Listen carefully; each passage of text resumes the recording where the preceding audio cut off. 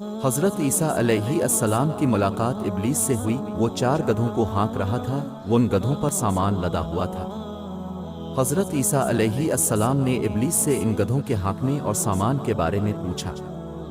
ابلیس نے جواب میں کہا کہ تجارت کا سامان ان گدھوں پر لدا ہوا ہے اور خریدنے والوں کی تلاش۔ حضرت عیسیٰ علیہ السلام نے اس کی بات سن کر پوچھا، پہلے گدھے پر کیا سامان ہے؟ ابلیس نے کہا، ظلم۔ حضرت عیسیٰ علیہ السلام نے پوچھا، اسے کون خریدے گا؟ ابلیس نے کہا، بادشاہ۔ دوسرے گدھے کے بارے میں پوچھا کہ اس پر کیا لدا ہوا ہے؟ ابلیس نے کہا، حسد۔ حضرت عیسیٰ علیہ السلام نے پوچھا، اسے کون خریدے گا؟ شیطان کہنے لگا، علماء۔ حضرت عیسیٰ علیہ السلام نے پوچھا، تیسرے گدھے پر کیا لاد رکھا ہے؟ ابلیس نے کہا، خیانت۔ حضرت عیسیٰ علیہ السلام نے فرمایا، اسے کون خریدے گا؟ شیطان نے کہا کہ تاجر۔